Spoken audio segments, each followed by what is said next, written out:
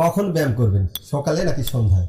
সকালে ব্যায়াম করার কথা যদি বলি, সকালে আপনার শরীরে ইনসুলিন লেভেল কম থাকে। তার মানে হচ্ছে সকালে ব্যায়াম করলে বডি ফ্যাটকে এনার্জিতে কনভার্ট করতে বেশি সহায়তা করবে। এই সময় যদি আপনি কার্ডিও অথবা ওয়েট ট্রেনিং করেন তবে দ্রুত ফ্যাট লস করতে পারবেন এবং সারাদিন আপনার এনার্জি লেভেল বেটার থাকবে।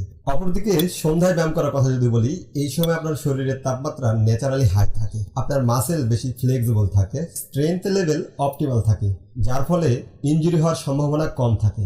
এই সময় আপনার শরীরে টেস্টোস্টেরন লেভেল বেশি থাকে, যার ফলে মাসেল বিল্ডিং ও হেভি ওয়েট লিফটিং করতে সাহায্য করে। তো কোন সময় ব্যায়াম করবেন, সকালে নাকি সন্ধ্যায়? প্রকৃতপক্ষে সেই সময় ব্যায়াম করবেন যেই সময় আপনি নিয়মিত ব্যায়াম করতে পারবেন। হতে পারে সেটা সকাল কিংবা সন্ধ্যা, কারণ নিয়মিত ব্যায়াম করাটা গুরুত্বপূর্ণ।